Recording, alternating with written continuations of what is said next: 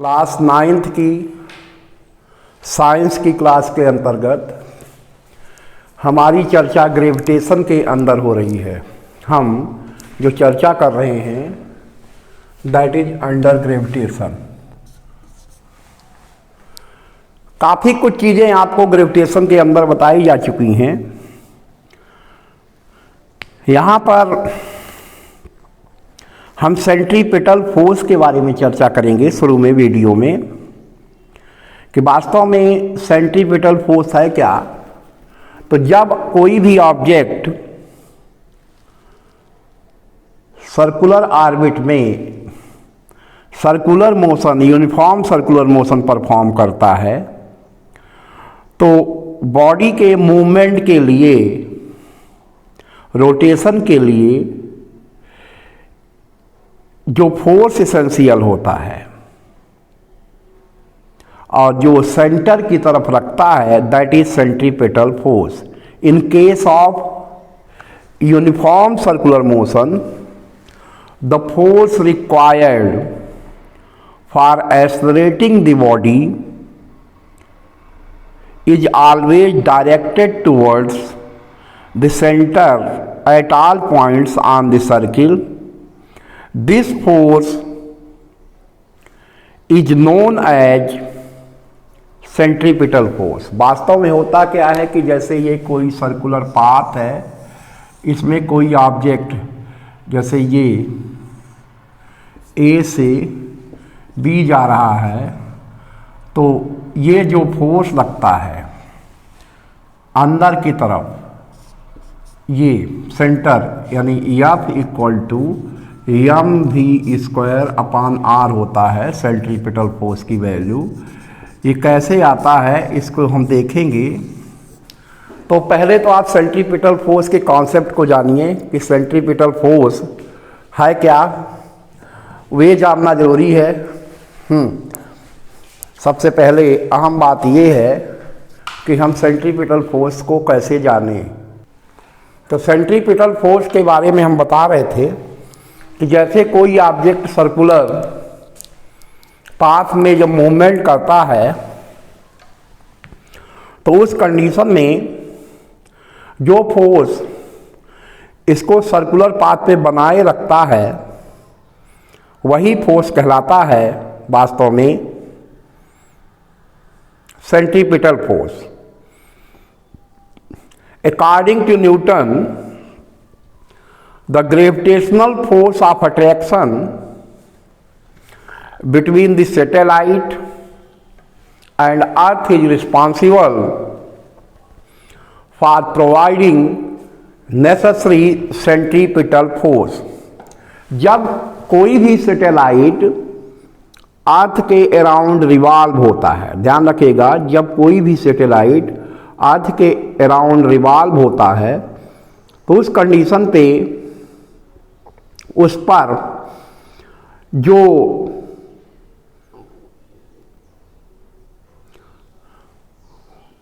Force लगता है satellite और अर्थ के बीच जो ग्रेविटेशनल पुल है वही फोर्स रिस्पॉन्सिबल है काहे के लिए, दैट इज रिस्पॉन्सिबल फॉर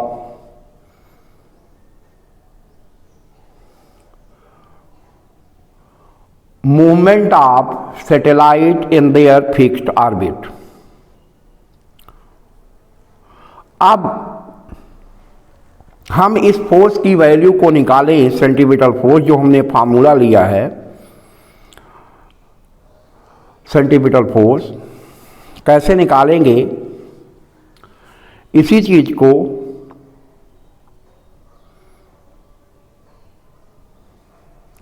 उससे पहले यहीं पे हम प्रॉम्प्ट क्वेश्चन पूछ लेते हैं कि अभी जो हम चर्चा कर रहे हैं वो किसके बारे में चर्चा कर रहे हैं। ध्यान रखिए हम किसके बारे में चर्चा कर रहे हैं। तो फर्स्ट ऑप्शन है सेंट्रीपिटल फोर्स, सेकंड ऑप्शन है centrifugal force, third option none of the above. अब हम चर्चा ये करेंगे कि सेंट्रीपिटल फोर्स की वैल्यू होती क्या है। वास्तव में फोर्स इक्वल टू होता है मास इंटू एक्सेलरेशन, और सेंट्रीपेटल एक्सेलरेशन जो है सर्कुलर मोशन में सेंट्रीपेटल एक्सेलरेशन काम करता है, इसकी वैल्यू होती है v स्क्वायर अपान r। तो फोर्स इक्वल टू हो जाएगा centripetal force m into v square upon r। तो F इक्वल टू आ जाएगा mv स्क्वायर अपान r। देखिए इस क्वेश्चन को, इस टॉपिक को, कि सेंट्रीपिटल फोर्स को हमने कैसे निकाला है। सेंट्रीपिटल फोर्स को निकालने के लिए हमें सेंट्रीपिटल एक्सेलरेशन चाहिए, और जो सेंट्रीपिटल एक्सेलरेशन की वैल्यू होती है that is v square upon r। Centripetal acceleration की वैल्यू होती है v square upon r। F equal to होता है मास इंटू एक्सेलरेशन, और force equal to mass into acceleration. Circular motion में जो एक्सेलरेशन लगता है that is centripetal acceleration. Centripetal acceleration की वैल्यू होती है v स्क्वायर अपान r। तो जब यहाँ हम पुट करेंगे F equal to m into v square upon r, तो हमें फार्मूला मिल जाएगा F equal to m v square upon r। यहाँ पर अगर हम देखें तो यह मास ऑफ ऑब्जेक्ट है, और उसकी जो स्पीड या वेलोसिटी है दैट इज v है, और रेडियस ऑफ सर्कुलर पाथ है। तो इस फार्मूले का यूज करके हम एक न्यूमेरिकल देखेंगे तो आपका कॉन्सेप्ट पूरा क्लियर हो जाएगा। तो देखिए न्यूमेरिकल यहाँ लिख रहे हैं, एन ऑब्जेक्ट ऑफ मास, एक ऑब्जेक्ट है 2 kg is moving on a circular path, is moving on an object of mass 2 kg is moving on a circular path at the velocity of 4 meter per second square. Find out value of centripetal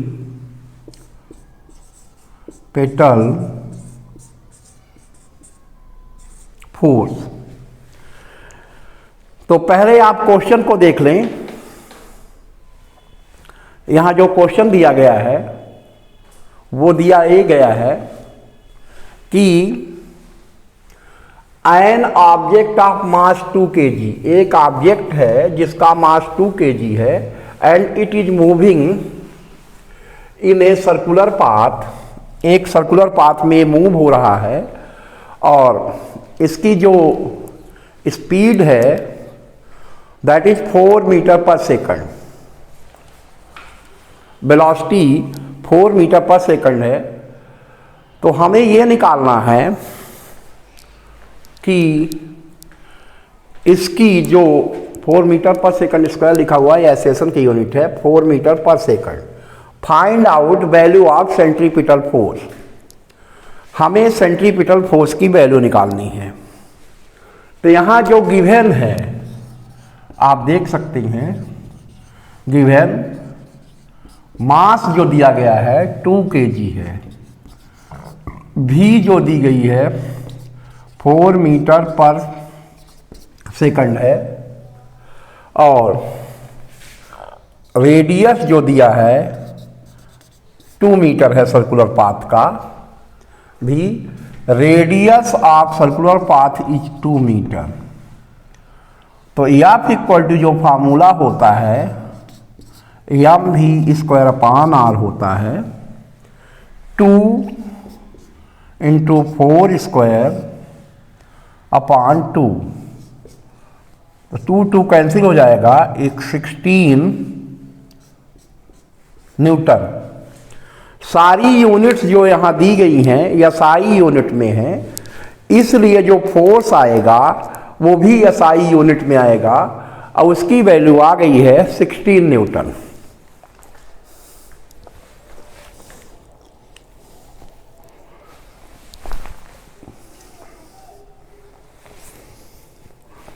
तो इस question में जो value दी गई थी, ध्यान से देखिए, यहां इधर बोर्ड पे mass is given that is 2 kg।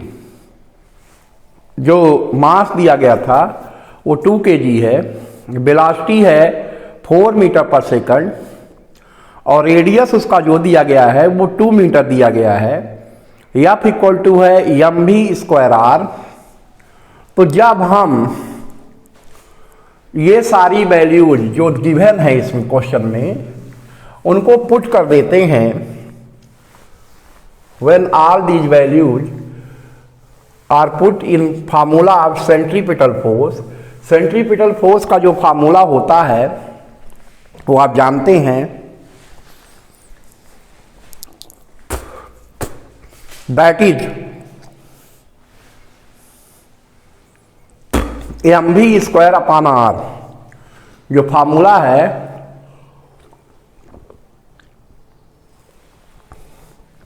mv² upon r है। तो mv² r में हमने मास को पुट कर दिया 2 kg, मास 2 kg दिया गया है, v दिया है 4 मीटर पर सेकंड, तो v यानी 4 स्क्वायर हो गया, रेडियस भी 2 मीटर है, तो 2/2 कैंसिल हो गया, बचा 4 स्क्वायर। 4 स्क्वायर का मतलब होता है 16 न्यूटन। तो इस वीडियो में अभी जो हमने आपको जानकारी दी है, सर्कुलर पाथ में जब कोई पार्टिकल मूवमेंट करता है तो उसमें जो एक्सेलरेशन लगता है that is known as centripetal acceleration, उसे सेंट्रीपिटल एक्सेलरेशन कहते हैं। और सेंट्रीपिटल एक्सेलरेशन की वैल्यू हम कैसे कैलकुलेट करते हैं, यहाँ पर हमने अभी देखा है कि सेंट्रीपिटल एक्सेलरेशन की वैल्यू कैलकुलेट करने के लिए हम जो फार्मूला यूज करते हैं सेंट्रीपिटल फोर्स का यूज करते हैं। और सेंट्रीपिटल फोर्स की वैल्यू जो होती है mv² अपॉन r होती है। तो सेंट्रीपिटल फोर्स के बारे में कुछ अहम पॉइंट जो हैं वो इस तरीके से जान लें कि centripetal force always act towards centre of circular path, ये सर्कुलर पाथ के सेंटर की तरफ लगता है। दूसरी चीज़, सबसे महत्वपूर्ण चीज़ है, आप ये जान लें कि value of centripetal force depends on value of mass of the object. If mass of the object is more then centripetal force is also more, because F equal to mv² upon r। And value of centripetal force also depends upon the speed, speed पे भी depend करता है। अगर speed की value ज़्यादा होती है तो सेंट्रीपिटल फोर्स की भी वैल्यू ज़्यादा होती है। रेडियस के इनवर्सली प्रोपोर्शनल है, आर नीचे है फार्मूले में। If value of radius of circular path is less than value of centripetal force is more, because centripetal force and radius of circular path are universally proportional to each other। जो centripetal force होता है वो radius of circular path के universally proportional होता है।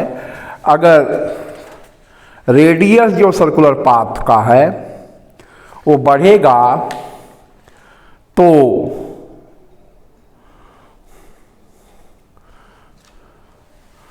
Circular path का जो radius बढ़ेगा तो value of acceleration due to gravity, value of centripetal force decreases, क्योंकि एक दूसरे के इन्वर्सली प्रोपोर्शनल है। तो इस वीडियो को आप ठीक से देखकर कॉपी में नोट कर लें।